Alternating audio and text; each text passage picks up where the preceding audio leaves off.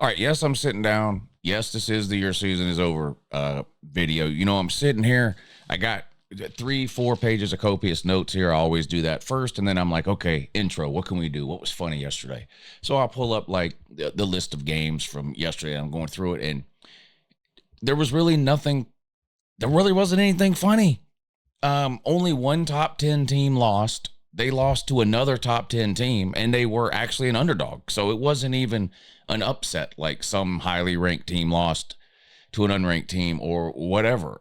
There were a couple of like ACC teams that were ranked in the top 15 that lost, but the ACC is a jumbled mess. I mean, nobody really knows what to make of that. I don't think anybody actually ever thought that Virginia and Louisville were like two of the best 15 teams in the country. I mean, we know somebody has to win the ACC and go to the playoffs, but so I'm sitting there and I'm like, what can I do for the intro today? You go through, I mean, there was a lot of blowouts. Ohio State blew somebody out. Indiana was close. We had a couple of close calls with Indiana and Oregon, but they both ended up winning. Is it funny that they won close? I guess, and we'll talk some about that in the video. But as far as like coming up with some funny intro to make fun of them for winning, I don't know. I just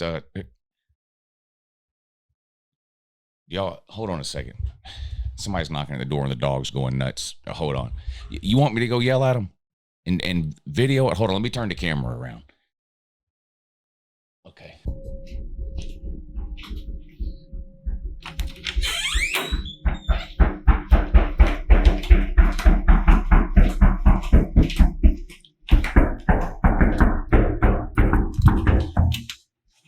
Hey, have you heard the good news? BYU got their ass beat. Let's go.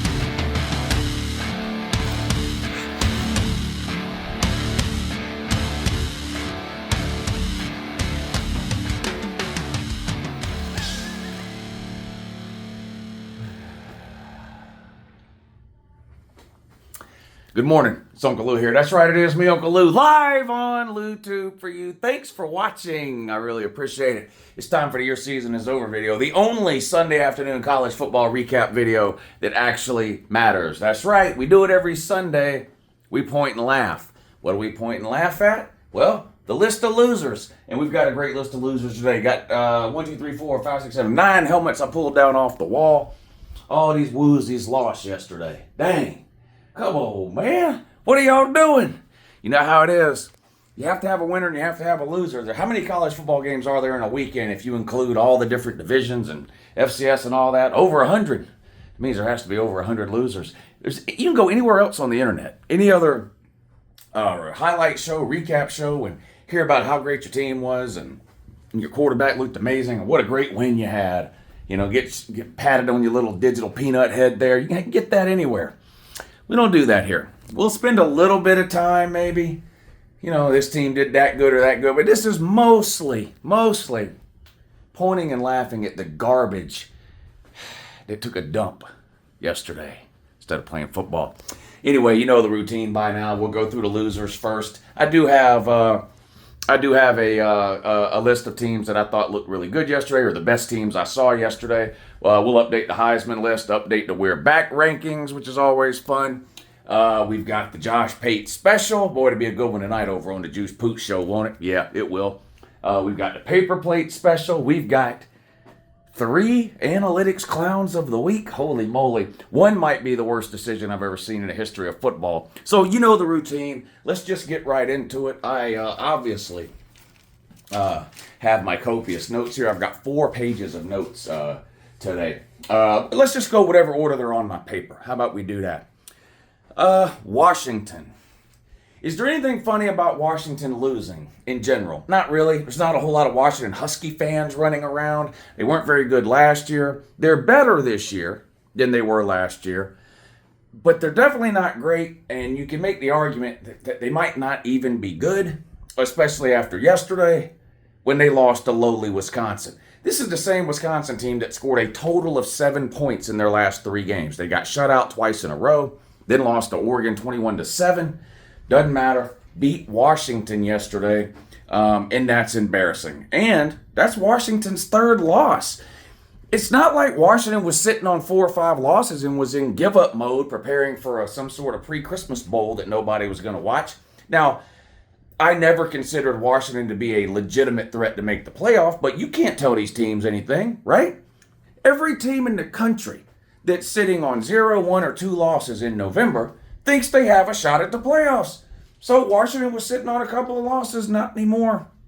Got 3 now. What an absolute shame. What an absolute shame that is. There was only 450 yards of offense in this game combined.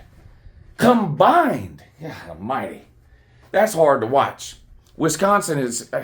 They stormed the field at Wisconsin yesterday. I guess I don't blame them. I mean, they're not going to have too many opportunities to celebrate there. And it doesn't look like it's getting any better at Wisconsin anytime soon. I hate to shit on them. They won yesterday, but holy shit. They're keeping Luke Fickell. Have you given up on football? There's only 2 explanations for keeping Luke Fickell. Number 1, you're dirt floor poor, and you just can't afford the buyout. Number 2, you have given up on football as an institution. And I'm a Luke Fickell fan. I loved him at Cincinnati. I thought he was going to do great at Wisconsin. I thought it was a good fit, and it just didn't work from the jump. I mean, he made terrible hires in the beginning. The offense was not what it needed to be and still isn't. It's getting worse. While it's true, they got sort of unfairly hit by the injury bug at the quarterback position for a couple of years. There's just no excuse for it being this bad for this many years under Luke Fickell. You have to remember, Wisconsin wasn't one of these doormat programs that was busy winning 3 or 4 games a year when they went out and got Luke Fickell. They were kind of like Penn State, but not quite. They were a little bit below Penn State, I would say. But they were winning 8, 9, 10 games a year. You know, they made a couple of Big Ten title games in the previous decade before Luke Fickell got there. They were looking for somebody to get them over the hump in the same way that Penn State is now looking for someone to get them over the hump. This wasn't some sort of complete and total rebuild situation where you walked into with a depleted roster and no expectations and a program that wasn't making bowl games, and that's what you've turned it into, Luke Fickell. So I don't know what Wisconsin's doing, but man, how bad do you have to be if you're Washington and you lose to that team that we just talked about there, Wisconsin? So Washington, I never considered you to be any sort of contender for the playoff anyway. But holy hell, man. Anybody that loses to Wisconsin is, and I think it's even written into the playoff guidelines or whatever. It doesn't matter what your record is. If you lose to Wisconsin, you're automatically scratched off the list. If it's not in there, it should be. Speaking of teams that got scratched off the list a while ago, Penn State. Penn State has fallen to a point where, and there's a lot of teams around the country that are this way, the highlight of their season has become close upset losses that you don't see coming. God, it used to be close losses that you saw coming. Think Oregon from this year, or every single time they ever play any top 5 team under James Franklin. You figured it would be close, and you also figured Penn State would lose. Well, Penn State's been so bad lately, you don't expect anything from them. They're now like... Well, you remember when Mississippi State almost beat Texas a couple of weeks ago, and what a huge deal that was? Oh my God, Mississippi State's terrible. They've never been anything. There's no expectations there at all. And you look up in the fourth quarter, and somehow they're winning, and you're like, oh my God, is Mississippi State going to beat Texas? Well, no, Texas came back from 17 points down in the fourth quarter and won the game. You look up yesterday, Penn State scores not 1 but 2 touchdowns in the same quarter. Do you know how rare that is for Penn State to score 2 touchdowns in the same quarter? I mean, it's mind-numbingly rare. They scored 2 touchdowns in the fourth quarter to take the lead over Indiana, and then they let it slip away. And we called it in real time right here streaming the game. Penn State went into one of those prevent defenses, and I get it, you're up 4. A field goal does Indiana no good. So you're thinking, okay, we'll let them dink and dunk down the field. We can't give up anything over the top. And I agree, you can't give up anything over the top. But my God, how frustrating is it as a fan?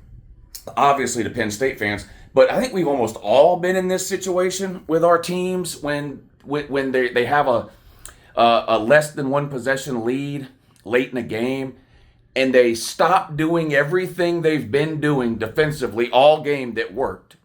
Everything they've been doing that got them the lead, everything they've been doing to find themselves in a position to win the game, they throw all that out the window with under 2 minutes to go. They go into this turtle shell, prevent, let's move our DBs 20 yards down the field sort of defense, and we sit there, and it's almost like you can see the future.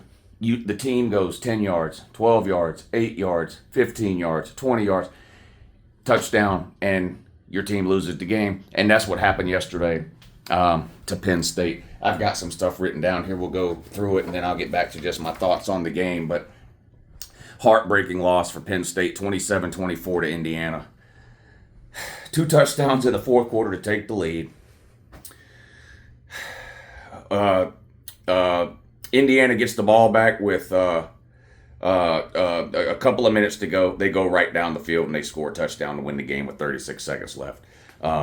Just an absolute brutal fucking ending to that game. The last play of the game, Mendoza's on around the 10-yard line or so.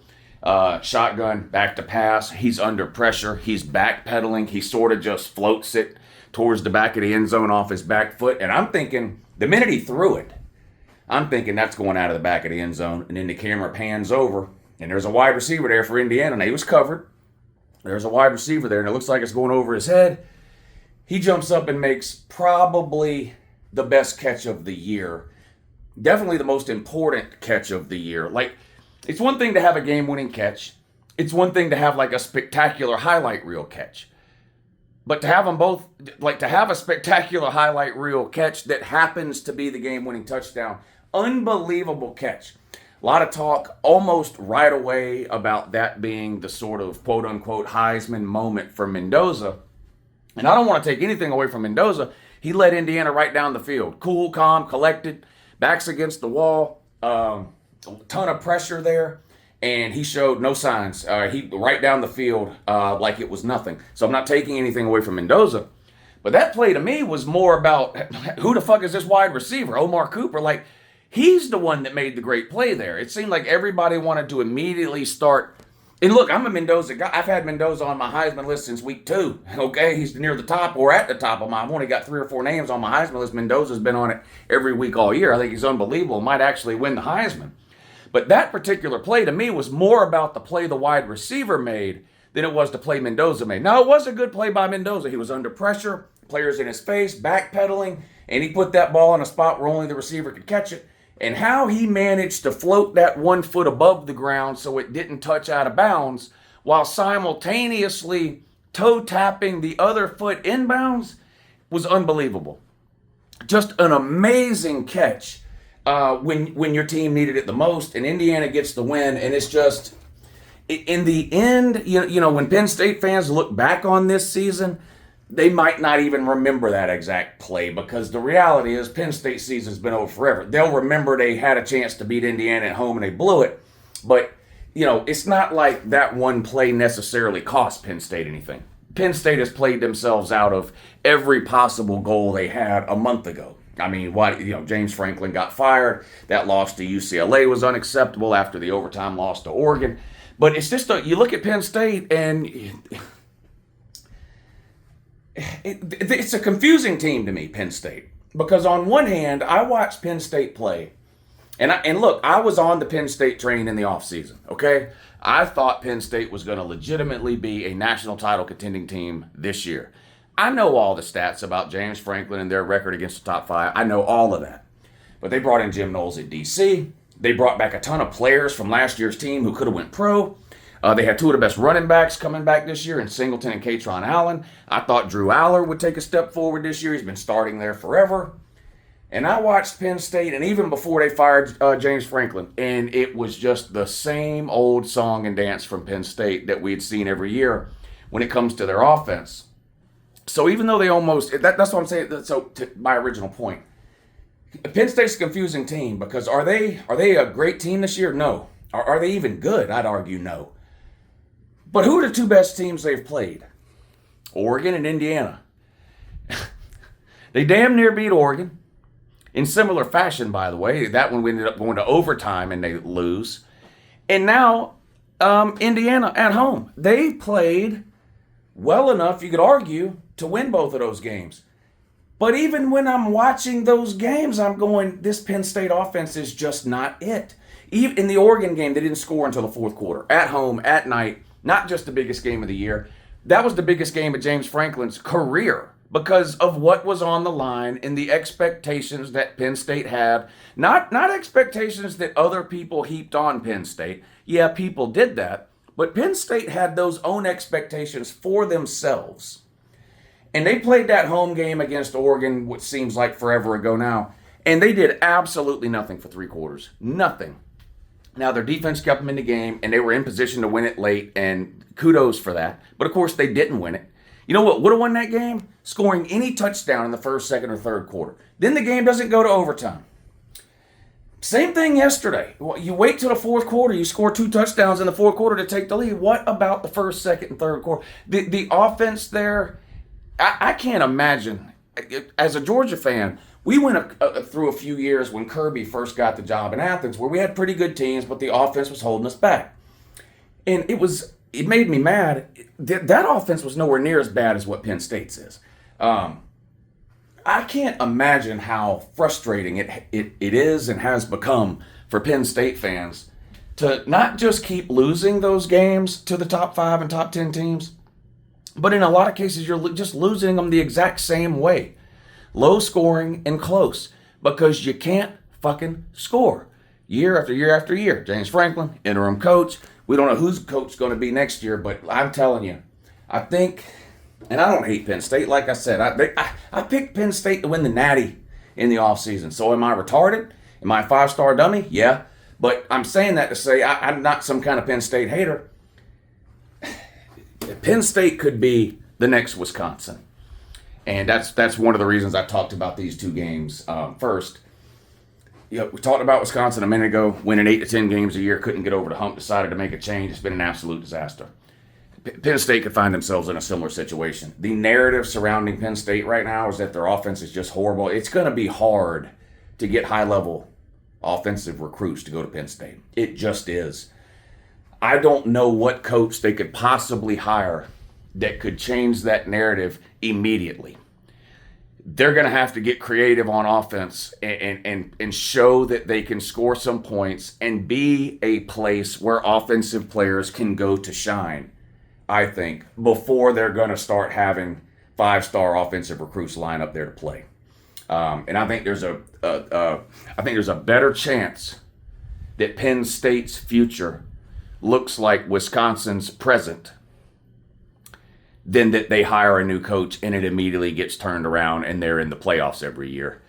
I don't have a good feeling about Penn State going forward over the next couple of years. And you lost again yesterday, this time to Indiana. You know who else lost again? Missouri. This is the third year in a row. This is let's stick with the last 2 years. Last year and this year. Missouri's record is not indicative at all of how good of a team they are. They're not a good team. I didn't think they were a very good team last year. There hasn't been a week this year I thought they were a very good team. Outside of Ahmad Hardy, they haven't had a whole lot to be excited about offensively. I know their starting quarterback is hurt now, so maybe it's a little unfair to judge that. But Missouri was 9-3 last year. That was one of the worst 9-3 teams maybe ever. They were terrible. They were not a good team. They got blown out. They played 3 good teams. They lost to them. 2 of them in particular were complete just blowouts. And this year too, when you watch them, they sitting on no losses for a while, then 1 loss, then 2 losses, and still ranked, and maybe they still make the play. They're just not very good. I think Drinkwitz right now is the most overhyped coach in the country. And somebody with an opening is probably going to get him, and I don't think it's going to be good. I don't think it's going to be good. I think a lot of what has happened at Missouri over the last couple of years is a result of their schedule, not a result of Eli Drinkwitz being some great coach or Missouri being some really good team. I seriously mean that. 3 years ago, I think they were better 2 seasons ago than they were last season. 2 seasons ago, they were 10-2, I think. We had a 4-team playoff. They didn't make it. That was the year they beat Ohio State in the bowl game. They were okay then. Last year, 9-3, and still ranked. And I talked about it last year. I didn't have them ranked. Missouri was not one of the best 25 teams in the country last year when they finished 9-3, but ranked. And I don't think they're one of the best top 25 teams in the country now. And they got beat bad yesterday by Texas A&M. There's no shame in that in and of itself. Texas A&M is a good team. Most people are starting to wake up to that reality now. Over the last couple of weeks, you still hear a lot of people, I'm buying A&M. They're not any good. 8-4 to lose the last 4 games. No, they're not. They're probably going 12-0. And probably going to the SEC championship game. But they took care of Missouri no problem, 38-17. 14-0 at halftime. Again, the game was never in doubt. This wasn't this one didn't come down to the wire like the Penn State loss did. This one was, Texas A&M is the better team and looked like the better team from the word go yesterday. They were up 14-0 at halftime and ran away from them there in the second half. There was never a doubt. Missouri now 6-3. Marcel Reed, 221 yards, 2 touchdowns, no interceptions. Zollers, the freshman or backup quarterback from Missouri, 7 of 22 for 77 yards. No touchdowns and no interceptions. Ahmad Hardy had a decent game, 13 carries, 109 yards and a touchdown. But again, outside of that, nothing offensively for Missouri yesterday. You're just not going to beat Texas A&M that way. It's not enough.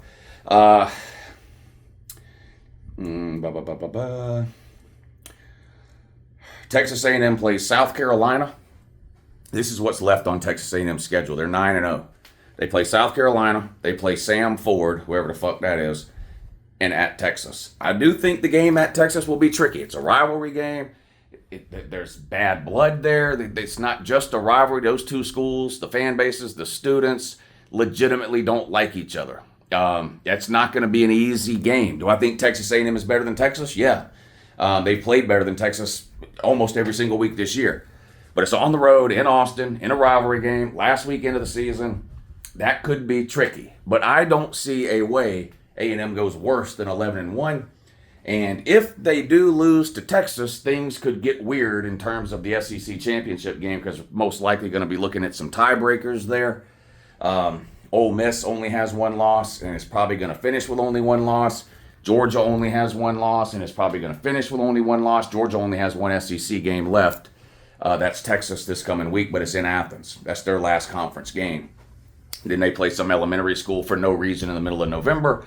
And then they play Georgia Tech. And even if you think Georgia Tech's going to beat Georgia, okay, fine. That's not a conference game. Georgia gets past Texas. They're going to have one loss. If A&M loses to Texas, they'll have one loss. Ole Miss will have one loss.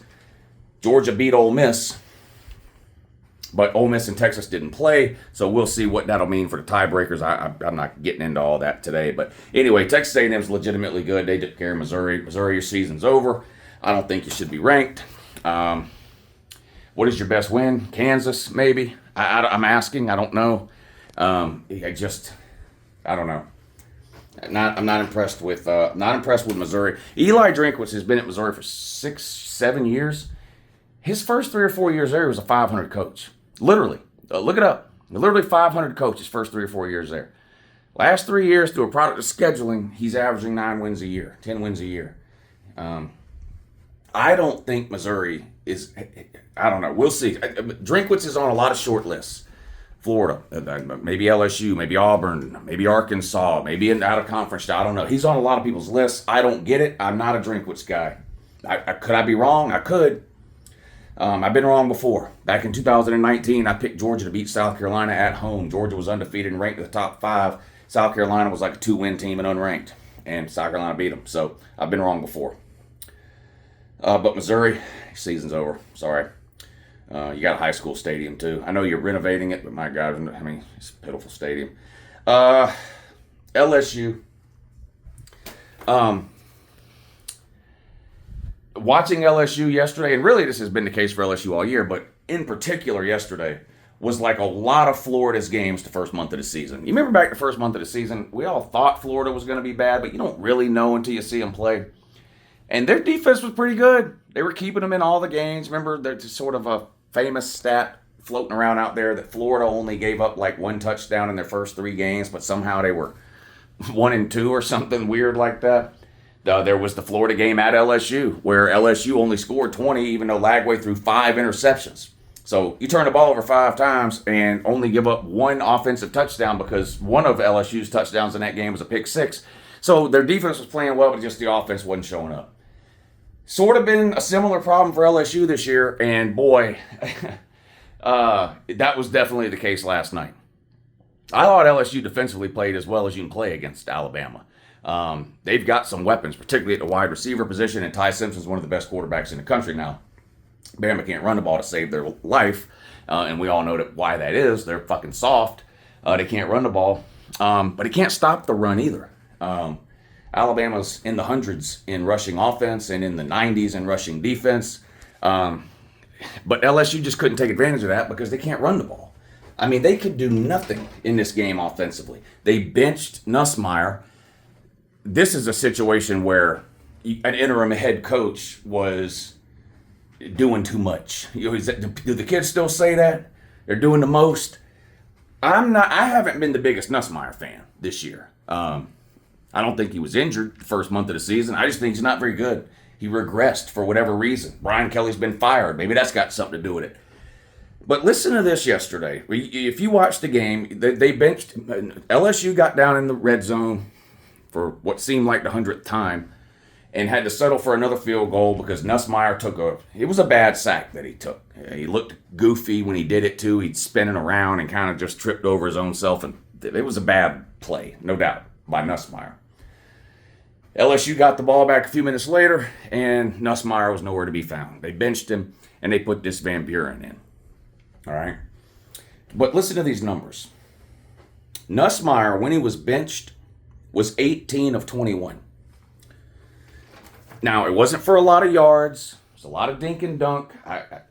Look, I'm not a Nussmeier fan. I think Nussmeier's been terrible this year. But they benched him. He was 18 of 21. And it was, LSU was in the game. This wasn't a blowout. If you watch the game, you know, the final score was 20-9. They took Nussmeier out. He was 18 of 21, and they put this Van Buren in. Guy's got no experience at all. Van Buren ends up finishing the game. He goes 5 of 11, Van Buren. Couldn't throw at all. And then LSU only had 59 yards rushing, and that's the problem. Now, Bama, at 59, look, LSU had 59 yards rushing. Can we all agree that's terrible?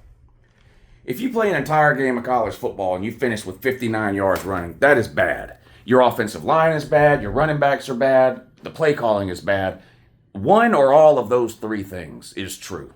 If you only run the ball 59 yards in an entire game of football. And that's what LSU did. And you don't deserve to win the game when you do that. Right? Right? LSU 59 yards rushing. Bama 56 yards rushing. Less than LSU. Back to the original point. LSU's defense played well enough to keep them in this game and win it. Look, you know my philosophy. If you give up 20 points or less in a football game, you should win 99% of the time. Today's rules in college football, everything geared towards the offense. Can't touch the quarterback, can't touch the wide receivers, targeting calls, roughing the passer if you get within 6 inches of him or look at him wrong. Just all these things. If you hold your opponent to 20 points, and this is Alabama. And by the way, I said the same thing when Georgia lost to Bama. What the hell did Bama to, 24 or something? You got to win those. But LSU just no offense at all. The 59 yards rushing. I just thought taking Nussmeier out was a bad move.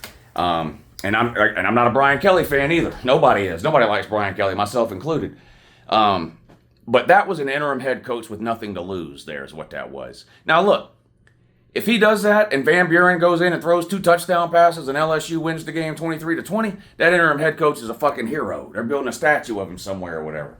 But that's not what happened. Van Buren went in, looked like he'd never seen a football before. Now I get it. He's more athletic. He's more mobile. You're thinking maybe we can do something with him with his legs or whatever. But he was deer in headlights.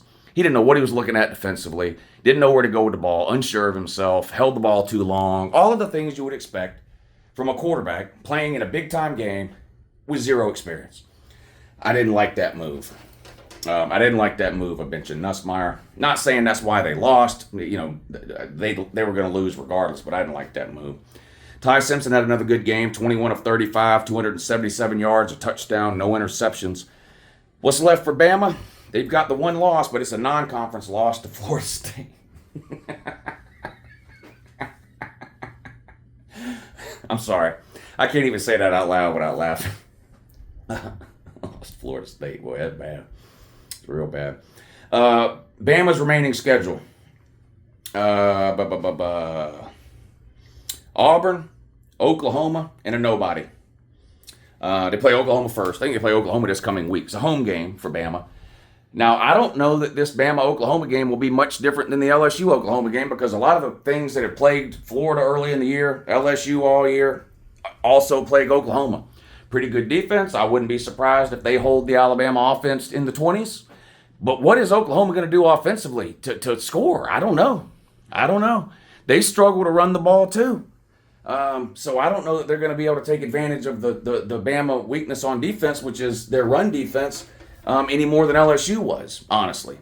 Maybe John Mateer has one of these games like he had early in the year where he gets loose with his legs and gets, if they can get 100 yards from Mateer, maybe, but the running backs ain't going to do it, I don't think. I think Bama probably beats them. Then they play an elementary school for no reason in the middle of November, and then they've got the Iron Bowl, and Auburn's terrible. Alabama's probably winning out with no conference losses and going to the SEC title game in Atlanta. Who's next? BYU. What's the difference between BYU and Miami? Well, 1,500 miles or so, or whatever it is, but besides that, both of these teams, man, last year and this year in particular with BYU, but Miami for a long time, allergic to the month of November. Just can't win games in November. Miami and BYU both were headed to the playoffs last year, the first week of November. But then they forgot they had to play games in November, and they kept losing them. Miami couldn't wait to lose a game in November this year. Literally lost on November 1st. Last week, not yesterday, the week before, on the road at SMU. Miami did win yesterday, so shout out to that. And that's why their helmet is still on the wall, while some others are not. Because if you'd have lost again yesterday, you'd be in the trash can too. We'll talk about them later. Those 3 garbage can teams that I threw away. But anyway, Miami did win yesterday. But BYU didn't, again, in the month of November in a game that mattered. They did this last year. BYU was 8-0 last year, 9-0, whatever they were, ranked in the top 10. Sound familiar? Just like this year. And people wondering all year long, why nobody giving BYU credit? Because we've seen this before. We've seen this before. Yeah, they looked good in September and October. Hell, I had them ranked in my top 15. Did I ever buy into it? No.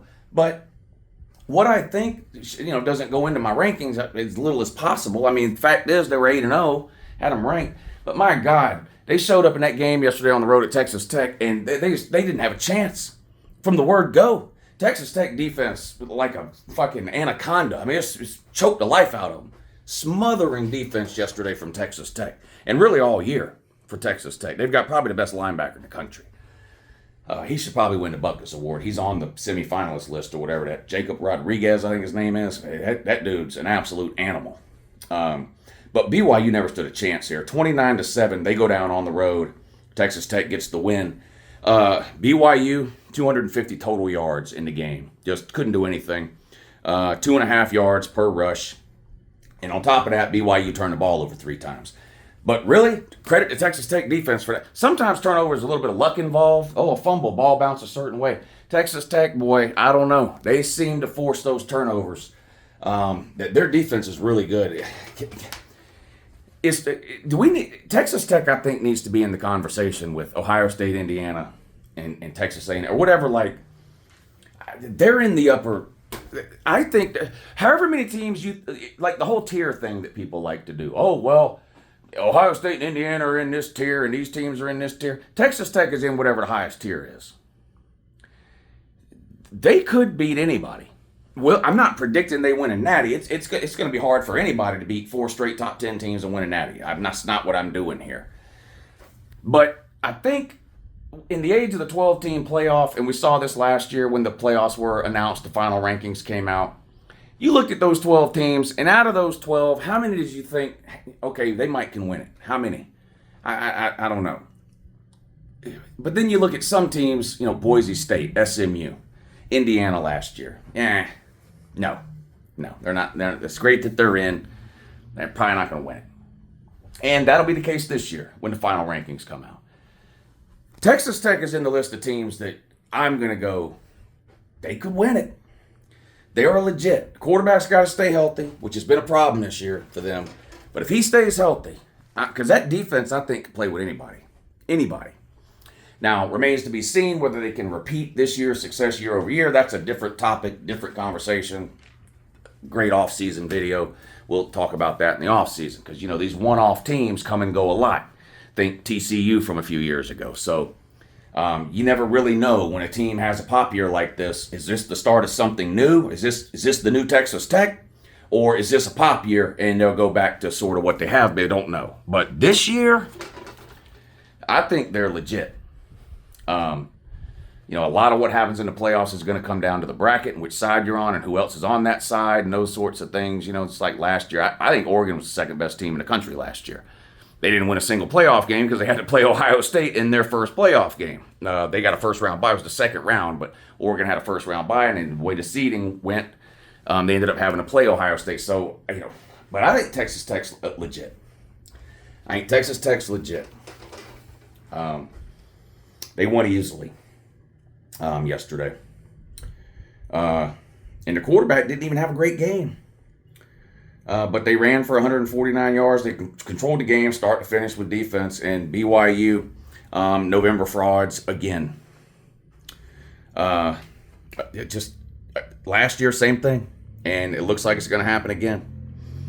I don't know. We'll see. BYU, season is over. Quit knocking on my fucking door, dummy. Trying to eat, you knocking on everybody's. You're bothering people. I'm serious. Can't you do like normal people that want to bother somebody does and just fucking call them on the phone nonstop like the car warranty people? Just going around and knocking on people's doors shit. First of all, it's not safe. You shouldn't be doing it. It's bothersome to people.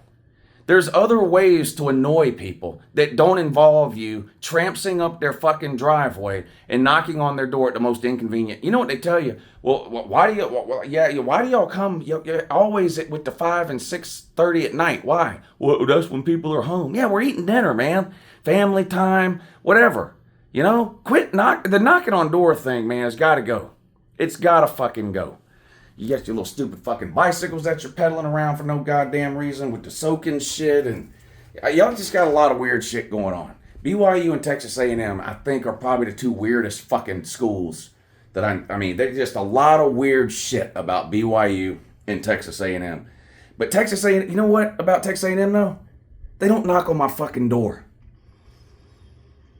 Do they annoy me in the comment section and on the call-in shows? Yeah, like no other. But not one time has a Texas A&M fan knocked on my fucking door and asked me about the good news. Not one fucking time. Y'all got to cut that shit out, man. I'm serious. Please. Iowa lost. Heartbreaking. The Iowa and the Penn State losses yesterday. You know, I got to raise my hand. I'm guilty here. I forget which show it was this week. I pulled up the schedule of games, and then I pulled up specifically the Big Ten schedule. And I was like, look at this shit. It's unwatchable. Now, most weeks, it is. But, boy, those were two great games yesterday. We already talked about the Penn State-Indiana game and then the Iowa-Oregon game yesterday. First of all, not just raining. I mean a fucking monsoon to start that game yesterday. I don't know how they were seeing to play. The first couple of possessions were sloppy as shit with drop passes and bad throws because everything's soaking wet and whatever. And finally, you kind of get into the rhythm of the game. And you know what? That suited Iowa well. That slows everything down. Weather like that kind of negated some of Oregon's perceived speed advantage, I think. And Iowa was able to hang in there. And a lot like the Penn State-Indiana game, they had a chance. In Iowa, you blew it, and you lost 18-16. An absolute Adderall special for Dan Lanning. I know he had to go get a refill today. Had to. Absolutely had to. Oregon had 261 yards rushing. No pass game, but again, weather, and Oregon's battling some injury situations with the wide receiver position that you're going to have to get that straightened out. Now, I said all week, I'm going to hang on to the Oregon hype one more week. But if they lose to Iowa, well, they didn't lose. They won. So I'm still on with the Oregon, because their talent is there. But I'm just telling you, and again yesterday, and I know about the weather. I know you had injured wide receivers. I watch Oregon play, and they just don't look like Texas Tech or Indiana or Ohio State or Bama or even Georgia or Ole Miss. They're more of this. Oregon is more this than they are this. That to me. Now, you don't win natties in November. And to be fair, last year at this time, 3 weeks from now, this time, Thanksgiving weekend last year, we would have said Ohio State was this. If you can get some players healthy, if you can get it together, if you can sort of flip the switch when the calendar turns to December, because I do think you're going to make the playoffs after beating Iowa. You got a tough game coming up against Southern Cal, but you'll probably still get in at 10-2 even if you lose to Southern Cal. Maybe. Or maybe Southern Cal gets in. I don't know. Anyway, if you want to do anything in the playoffs more than what you did last year, which was show up in collective participation ribbon and then go home after one loss, they got to be better. They won the game yesterday, and that's all that matters in the end. And for the 100th time, I know the weather was an issue, especially for a team like Oregon and what they like to do. I understand the injuries at the wide receiver position. You need to get someone to go. I get all that. All right. Was weather a problem in the Wisconsin game? Was weather a problem when you played Indiana? I've watched Oregon multiple times this year, and they don't look like this. They look like this. I'm just telling you. I guess I'm an Oregon hater too. You know, if you say anything other than, well, you're going 100-0 and winning the MTV Music Awards, they call you a hater. I guess I'm a hater. But hey, I'm not the one shitting on the sidewalk. That's you, Oregon. Cut that out too. BYU fucking knocking on my door. Texas A&M with the male cheerleaders and the fucking wooden guns and dressing up in orderly uniforms like you work in a nursing home. I guess they're really supposed to be fake ROTC uniforms, but you're grown with a crew cut, fucking yell practicing male cheerleaders and grabbing your own nuts and yelling at the back of people's necks with the stolen valor routine. So BYU, Texas A&M, and then Oregon with the shitting on the sidewalk. It's just fucking weird, man. It's fucking weird. I don't know why y'all do that. But you beat Iowa. Iowa, your season's over. Virginia lost. If you're surprised by that, you slap yourself. Virginia is one of the weirdest teams in the country this year for multiple reasons. They lost to NC State in the beginning of the year. Both Virginia and NC State are in the ACC. That wasn't a conference game, though, because neither Virginia or NC State was able to fill their non-con schedule, so they scheduled each other as a non-con game. So Virginia loses, but it's not a conference loss. Then they beat Florida State on a Friday night in overtime for no reason, and people are laughing at Florida State because, you lost to a terrible Virginia team. Then you fast forward to 3 days ago, and that's Virginia's only fucking loss still, was the NC State loss in September. It wasn't even a conference loss, so they're the only team in the ACC with no conference losses. But you watch them every week, and they're in overtime with North Carolina. They're almost getting beat by this team or that team, and you're like, what is going on? Because there hasn't been a single time this year really where they looked good. But again, you're in November, they've got one loss, no conference losses. Well, then yesterday happened. But if you were surprised, they lost, then I don't know what to tell you. But they did lose to Wake Forest. Same Wake Forest that lost to Florida State the week before. Florida State put up 100 on Wake Forest the week before. Wake Forest then shows up and beats Virginia. Virginia scored 3 field goals. That's it. Sound familiar, LSU? It should. It really should. First ACC loss. So, as bad as Virginia is, as bad as that loss was yesterday, they're still in first place in the ACC with one loss. They could be in the playoffs. The ACC is so bad this year that there are people openly questioning out loud if we need to change the entire idea of guaranteed playoff spots for conference winners, because we're going to be forced this season to waste one, not on the group of 5, but on the ACC. Danny Cannell, of all people, Captain ACC Homer himself, who still cries himself to sleep at night because Florida State wasn't good enough to make the playoffs 2 or 3 seasons ago, even came out and said, we might need to look at this automatic bid situation as it relates to the ACC. I don't know. I thought Louisville was the best team in the ACC, but Louisville, we might as well lump you in here while we're talking about Virginia. Louisville lost to fucking Cal yesterday. ACC train wreck disaster with Virginia and Louisville. The last 2 weeks might be the worst 2 weeks in the history of the ACC. The perception of the ACC nationally was already down.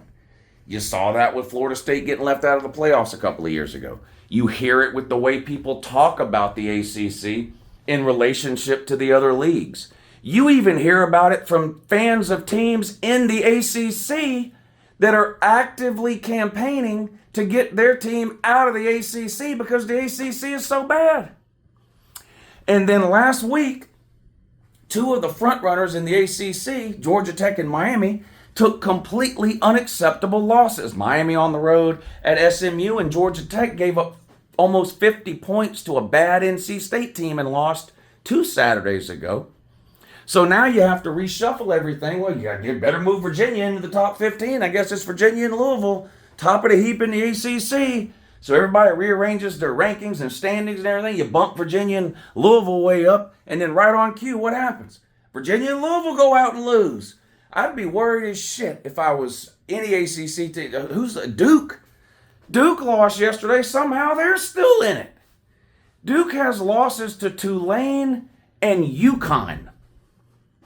And they're tied for first place in the ACC. What is going on? Georgia Tech fans are running around going, oh man, we're so excited. We're finally good again. We're finally relevant again. Are you? Have you caught up to the upper echelon of the ACC? Or is there no longer an upper echelon of the ACC? And I want you to keep in mind, I've been bad-mouthing the ACC for 5 straight minutes, and I haven't even mentioned Clemson and Florida State yet, who might not even make a bowl game. The ACC is such a disaster, y'all. I know I wrote this down. Here you go. Virginia, Georgia Tech, Pittsburgh, SMU, and Duke all have one conference loss. They're all tied for first. Virginia, Georgia Tech, Pitt, SMU, and Duke. Guess who Pitt plays? Notre Dame. What if Notre Dame might beat Pitt by 30 points? It won't be a conference loss for Pitt. What if Pitt goes on? Pitt lost to West Virginia. West Virginia's horrendously bad. Pitt has losses to West Virginia, and what if they get blown out by Notre Dame? They're still going to have just the one conference loss. What if they win the ACC with a loss to West Virginia and with a blowout loss to Notre Dame? They're going to be in the playoff instead of 10-2 Vandy, instead of 10-2 Southern Cal. This is mind-numbing. Louisville and Miami only have 2 ACC losses. I left Miami for dead last week. I don't know what's going to happen in the ACC. Pitt still has to play Notre Dame and Miami, I think. Georgia Tech plays. It's a fucking mess. I'll tell you this. Selfishly, as the fan of a team, I'm Georgia. I don't hide it. Georgia's my favorite team. There's a 99% chance Georgia's going to the playoffs. So, as a fan of a team that probably is going to the playoffs, Georgia, I'm glad an ACC team is getting a guaranteed bid. Because that's a free win for somebody. Maybe Georgia, maybe somebody else. But it's one less team in the playoffs that could potentially actually beat Georgia at some point in the playoffs. So, if I was Vandy, there's a good chance Vandy could go 10-2, beat Tennessee the last week of the regular season and get left out. Oregon and Southern Cal still have to play. What if Southern Cal beats Oregon? That would be Oregon's second loss, and Southern Cal would be 10-2. Well, you can't put Oregon in over Southern Cal because Southern Cal would have just beat them. Do you jump Southern Cal all the way into the top 12? They're like 20th right now or something. So I don't know. But the ACC, this has been a bad year for the ACC. A bad year for the ACC. Auburn. He lost again. Weird situation at Auburn, too. What's Auburn's problem all year? Same as Florida, same as LSU, same as whatever the other team we talked about. I forget now. Pretty good defense, no offense at all. Auburn had not given up over 24 points in a single game all year long and was sitting on only 3 wins because their offense was so bad. Fired Hugh Freeze, interim head coach. They go play Vandy. They lost to Vandy 45-38. They scored more points than they've scored all year and still lost because they gave up 45. Twice as many points as they had given up in any game prior. Again, they had not given up more than 24 points in a single game to give up 45 yesterday to Vandy. Poverty had a video game day yesterday. 377 yards passing, 3 touchdowns and no interceptions. 112 yards rushing with a touchdown. That's almost 500 total yards for Diego Poverty. 489 to be exact, and 4 total touchdowns. Game goes to overtime, and Vandy gets the win, 45-38. Vandy's hopes still alive. They're still sitting on 2 losses. They play, I think, Kentucky. I'm drawing a blank on who they play, but then it's all winnable games for Vandy, and then they play Tennessee at the end of the year on the road in Knoxville. Now, Tennessee's already got 3 losses. They've played themselves out of the playoffs. No hope for them. But Tennessee could find themselves in a position where they're playing spoiler against Vandy. The way things have flipped in college football the last few years, it's a combination of 12-team playoff, NIL, and portal, right? You got teams like Indiana, Texas Tech, and Vandy fighting for playoff spots. And you got teams like Florida, can't make a bowl, and Tennessee, instead of making the playoffs, in a position where they're potentially playing spoiler to keep Vandy out of the playoffs. It's like an alternate universe here. But anyway, Auburn goes down again in weird fashion because it was a complete opposite of every game they've played this year. Instead of playing smothering defense, holding opponents under 24 points every single game this year, they give up 45 to Vandy. And an offense that's been stuck in neutral all year long had by far, their best game of the year, but lost. Where was that offense when the defense was holding Georgia to 20? Or all these other teams you held under 20 points? Auburn fans got to be banging their head against their trailer this morning. Got to be. Ashton Daniels played quarterback for Auburn. No Jackson Arnold.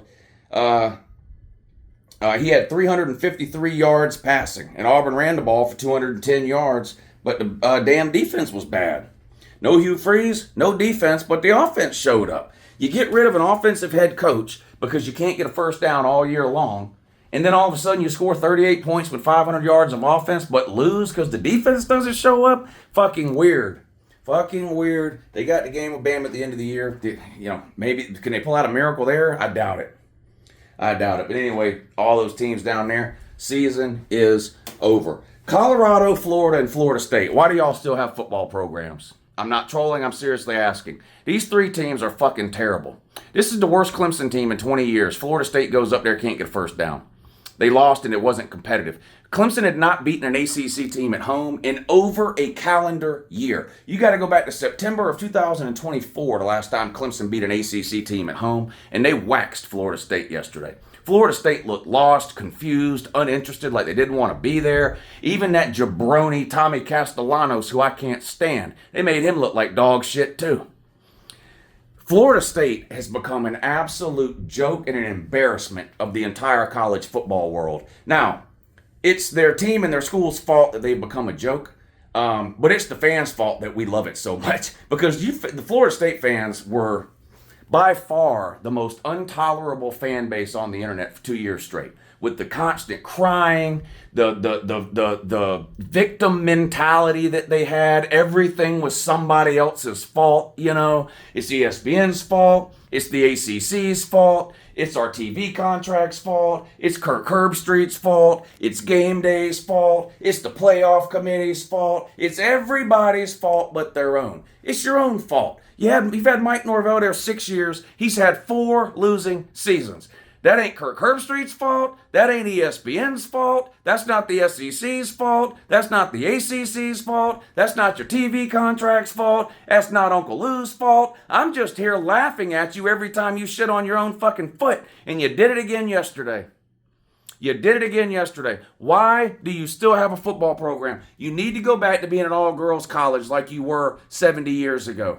The clowns thing is great. You got a circus school there, and that fits, because you are a bunch of giant fucking clowns, and what you're running there is closer to a 3-ring circus than it is an actual football program. So I appreciate the clown college that you have there. Go back to an all-girls school. Disband your football program. It's an absolute fucking joke. Florida, you need to do the same. You go on the road to Kentucky and get absolutely embarrassed. I don't care about your record. I don't care that you fired your coach. I don't care that you're on to an interim thing. Kentucky is absolute dog shit this year. I thought they were the worst team in the SEC. They beat the life out of Florida. Was it 38-7? And it could have been worse. Lagway got benched. He is terrible. 3 interceptions in the first half. He gets benched in that game. The defense finally gave up for Florida. We've been waiting on it to happen. It happened with Auburn this weekend. You know, these teams, when you play good defense all year long and the offense can't get a first down, and we've said it on this channel and on this show that your season is over, and on the call-in shows and everywhere else, when are these defenses just going to throw in the towel and say, fuck it? I'm tired of coming out here and putting it all on the line and playing good enough to keep our team in the game, and our offense can't get a fucking first down. Well, we found out when that moment is for Florida. It was yesterday. Kentucky beats you like you owe them money. This is fucking Kentucky. This is Kentucky. It wasn't that long ago that in the down year for Florida, they would still beat Kentucky by 30. You know, a down year for Florida used to be don't win the SEC. That used to be a down year. Now, you're not just getting beat by Kentucky, you are getting owned. I mean, they dominated you on both lines of scrimmage. They chased your quarterbacks around. They threw the ball. They ran the ball. You couldn't do either. Disband your football program. You kept Billy Napier a year too long because you couldn't afford to fire him last year, and he had a good win that you didn't expect in November. Well, whoopity fucking do. Whoopity fucking do. Hey, I guarantee you Ole Miss and Lane Kiffin ain't making the same mistake they made last year. They're fixing to beat you like that too. And you got to play them there. You get Tennessee at home. I thought all year you'd beat Tennessee at home because of Tennessee's struggles on the road and Florida's ability to play defense. I thought would give Tennessee problems. That's out the window. Tennessee and Ole Miss might beat you by a combined score of 100-12. You are a joke. That was embarrassing. That was embarrassing. If that's the effort and the performance that you're going to put on the field after you fire your coach, then just cancel the rest of the games.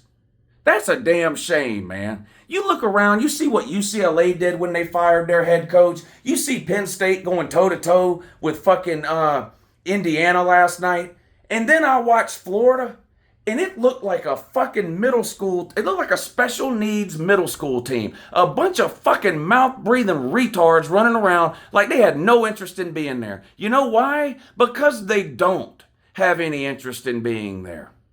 You know those advent calendars that people hang on the wall that count down the days till Christmas? You hang it up on December 1st, and it's got 25 little doors that you open. When you're a kid, there'd be a little piece of candy or something in there. Florida players have advent calendars counting down to the opening of the portal. They can't wait to get out of that fucking shithole. Gainesville is a disaster. The University of Florida is a fucking joke. You got the governor of the state. All this talk about the Louisiana governor, and yeah, he's a fucking retard. But Florida's had this same problem going on for over a fucking year. You've got no school president because Ron DeSantis said so. I don't like him, so we're not voting him permanent president. So you got no school president, so you can't fire your athletic director. You go ahead and fire Billy Napier anyway. Now you don't know who the fuck you're getting at head coach. You're going to get Lane Kiffin? Why in the fuck would Lane Kiffin leave Oxford, Mississippi to go down there to the fucking Titanic of college football, the Florida fucking Gators? He's dumber than a bag of dead batteries if he does that. Disband your football program. Colorado. What does money? It's the same problem Notre Dame has. Well, we make a bunch of money because we have Dion, and Notre Dame's like, well, we make the playoffs. We don't have to split our playoff check with the rest of our conference. Are you playing football to make money, or are you playing football to win fucking games? Dion has no idea what he's doing, and he doesn't even have any interest in being there. He only took the job to get his kids there. He's not even a coach. He has followed his children around since they were 8. He was their fucking little league coach. He was their middle school coach. He was their high school coach. When they graduated high school, he took a college job so he could be their coach in college. He's not a fucking coach. He's a team mom with a gold whistle. And now he ain't got no fucking kids to look after. They're gone. He doesn't give a fuck about Colorado. And if Colorado doesn't give a fuck about Colorado, then they'll keep Dion. Holy shit. You watch Colorado play, they just don't care. West Virginia's not a good team. They may get good under Rich Rod in the years to come like they were 20 years ago, but they're not good now. But you don't have to be good to beat Colorado. Colorado's a fucking joke. Deion's a joke. Where are all the Deion Dingleberries that were around last year and the year before? What happened to y'all?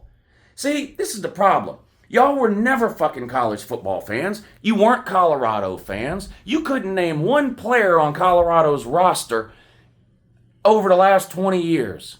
You're a fucking Deion fan. And now that he can't win a fucking game, you're nowhere to be found. And when it comes to head coaching jobs, Deion needs to be nowhere to be found. He doesn't know what he's doing. Disband your fucking program. Colorado, Florida, and Florida State. Absolute fucking jokes that shouldn't be taken seriously because their own administrations don't take it seriously. Southern Cal beat Northwestern 38-17, still sitting on just 2 losses.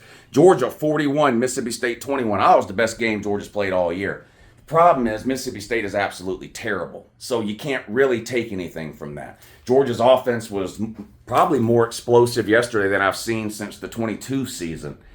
But again, it's Mississippi State. Mississippi State is bad, especially defensively. Defensively, I thought they played pretty well. They gave up they gave up a touchdown on Mississippi State's opening drive, like they always do. But then they shut them down after that. Georgia scored the next 38 points. Mississippi State got the ball, scored. It was 7-0. You looked up an hour later, it was 38-7. Nate Frazier had the best game of his career, almost 200 yards, had a 60-yard run where he outran people. Never seen him do that before. He broke tackles yesterday. Never seen him do that before. He was putting moves on people. Never seen him do that before. Noah Thomas had multiple catches yesterday. Never seen him do that before. There was just a lot of shit that happened yesterday for Georgia that if you want to be a glass half full guy, you can go, this is the Georgia I've been waiting on. And I get it. Yeah. But I'm telling you, Mississippi State is really, really bad. I don't know that we can extrapolate what we saw yesterday against Mississippi State down the road to other games. Now, they play Texas this coming week, and it's going to take a performance like that to get the win. We'll see if they can do it. But good win yesterday for Georgia. They destroyed Mississippi State, which is what you're supposed to do because Mississippi State's terrible. Ohio State all over Purdue, 34-10. If Lane Kiffin is distracted by coaching rumors or possibly leaving Ole Miss and he's whatever, there are no signs of that.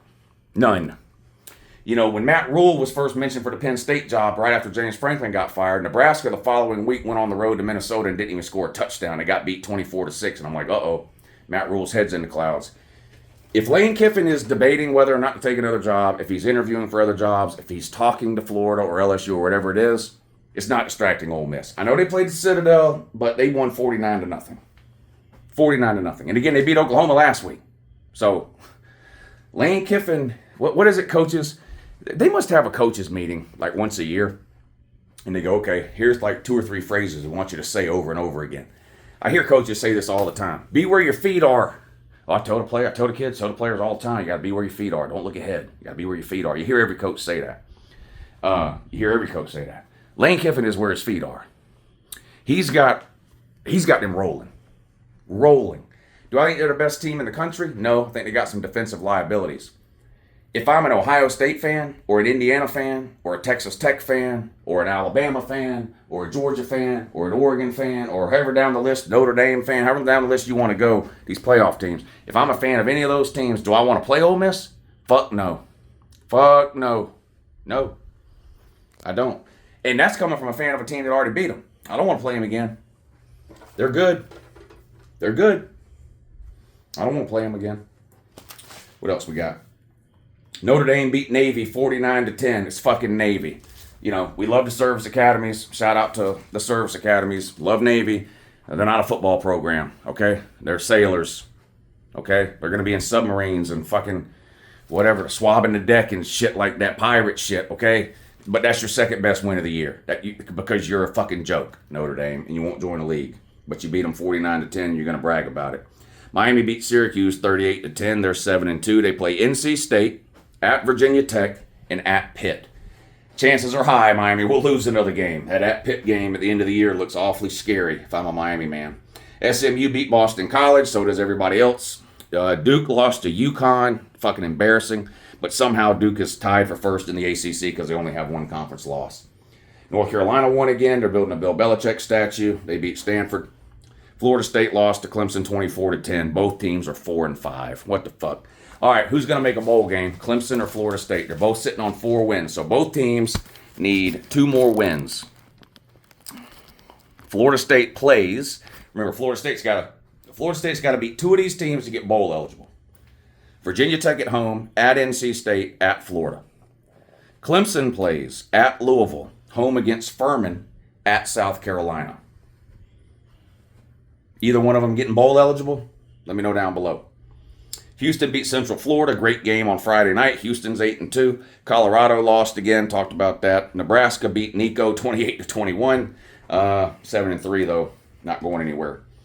Florida 38, Kentucky 7. Unbelievable. Just a damn. Lagway was benched. He was 11 of 19 for 83 yards with a touchdown and 3 interceptions. Got benched. Complete implosion. I'm not wasting any more time on Florida. Florida doesn't care about their football program. Why should I? Josh Pate. I think Josh Pate's going to talk to Indiana fans tonight. I think there might be some Indiana fans who came out of that Penn State game a little worried, or maybe they're not used to playing close games. Indiana has controlled, dominated, and humiliated everybody they played this year. Wasn't the case. I still think Indiana's really good, and I think Josh Pate is going to remind Indiana fans of that tonight. And then I think he's going to coddle LSU fans and Auburn fans. That's what I think. Oh, LSU, man, you kept Bama in check. You know, it's not quite enough offensively. You get down to the red zone, you got to score field goals, not kick.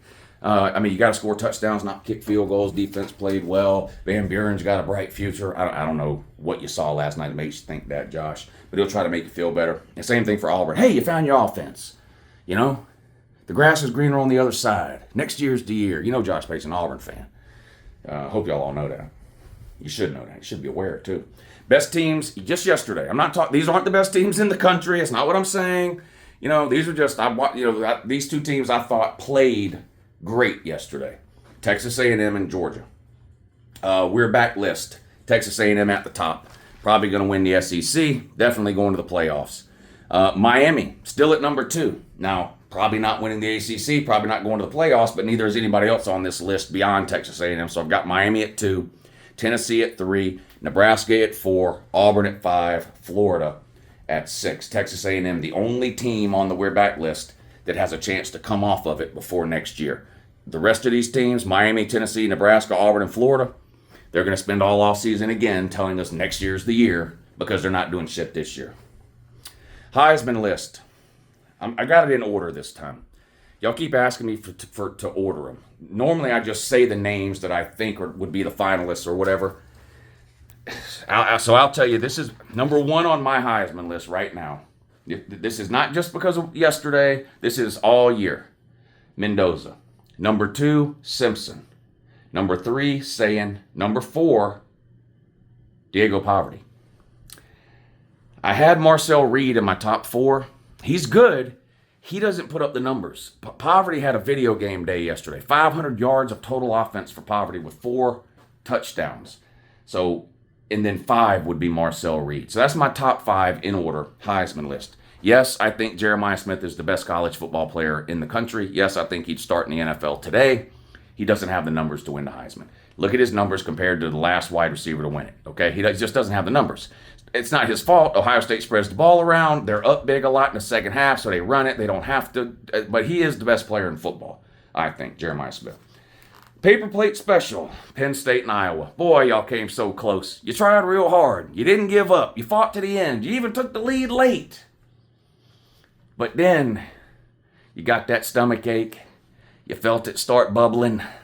And you remembered you're not a very good team. And the team that you're playing is pretty good. And you tried to hold it in, but you couldn't do it. You couldn't do it, and you dropped a running one on your own foot. Damn! Paper plate special, Penn State and Iowa. Also on the paper plate special, DJ Lagway. You're not any good. I'm sorry. We can blame it on coaching. You regressed because of the coaching. We can do whatever. And maybe some of that is true. But as of right now, you are not a good college quarterback. Sorry, you're not. And you were terrible yesterday. BYU, paper plate special. Not because they lost, but because they won't stop knocking on my fucking door. Stop knocking on my door. Stop knocking on everyone's door. It's 2025. Get on the internet. Send annoying fucking emails or something. Stop bicycling from fucking town to town and fucking bothering people when they're trying to eat. Nobody gives a shit about your good news. Nobody. Not a soul. The ACC paper plate special for the second week in a row. Unacceptable losses for teams at the top of the ACC who had everything to play for. Louisville and Virginia had everything to play for. ACC championships, playoff bids, all still on the table. And they lose to fucking Cal and Wake Forest respectfully. Unacceptable. Unacceptable losses. Paper plate special for the ACC. And the analytics clowns of the week. Got 3 of them, and one of them is the worst decision that I've ever seen. Number 1, Mississippi State, early in the game, down 17-7, a 10-point game at home. 4th and 4 on the 25. Kick the field goal. Make it a 1-score game. Gives the crowd a reason to stay involved. Hell, gives them a reason to stay in their seat. Gives them a reason to get excited. You score some points. No, let's go for it and not get it. That's what you did. The game was over at that point. Unacceptable.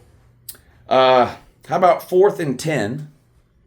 You do the right thing. You line up to take the points. At the time, the game is close. It's 7-0. You're losing 7-0. You're looking at a 4th and 10. You go, okay, so far a low-scoring game. Let's get some points out. We just had a good drive. Let's get some points. Let's kick the field goal on 4th and 10. Oh, the other team jumped off sides. Now it's 4th and 5. Well, we better go for it and not get it. That's what Missouri did. Missouri lines up to kick the field goal on 4th and 10. A&M jumps off sides, 5-yard penalty. Now it's 4th and 5. They decide to go for it. They don't fucking get it. So instead of 7-3, it's 7-0. The route was on. A&M goes down and scores. The rest was history. And the worst decision in the history of college football occurred yesterday in the Vandy-Auburn game. Now, lucky for Vandy, lucky for Clark Lee, lucky for Vandy's playoff chances, it didn't cost them. They ended up winning the game in overtime. But at the end of regulation, the game was tied. Vandy had the ball around the 25 or 30-yard line. 4th down. 1 minute to go. Tied at 38.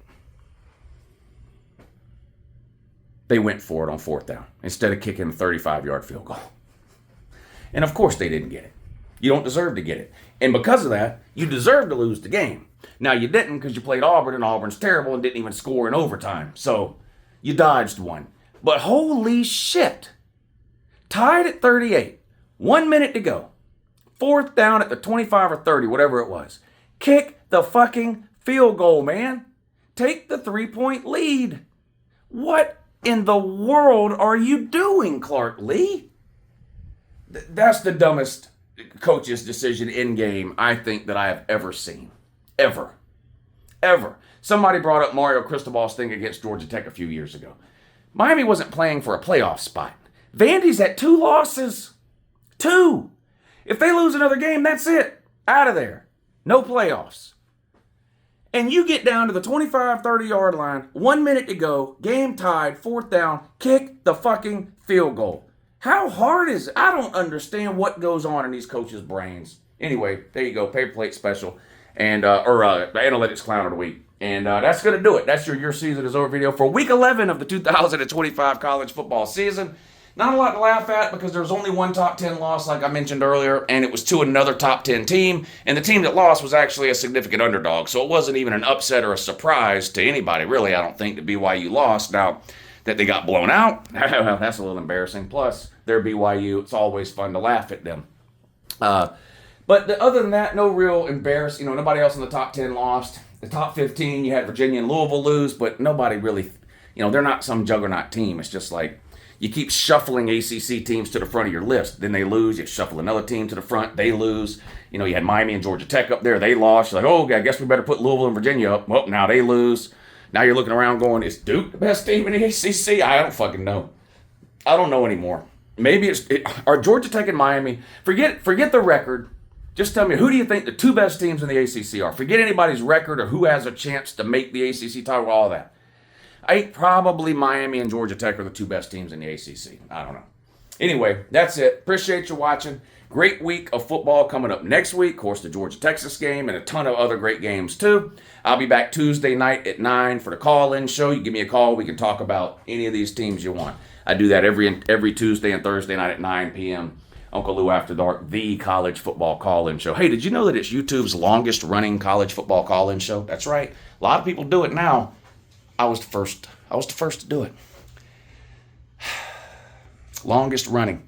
All right, everybody, I do appreciate you watching. Please hit the thumbs up. It takes me hours and hours to make these videos. So even if you don't think it's any good, can you give me a thumbs up for my time, effort, and energy? I would appreciate it. Subscribe to the channel if for some reason you're not. We just cracked 75K a week or so ago. Next stop, 100,000 subs. Be a part of the party. We had a great community of college football fans here. We have a really good time hanging out on the weekends, watching the games, and in the comment section on the call-in shows and all that. So make sure you're subscribed. Get to know some of the people that hang around this channel. There's some good people here, some diehard college football fans. All right, love you guys, and have a good morning.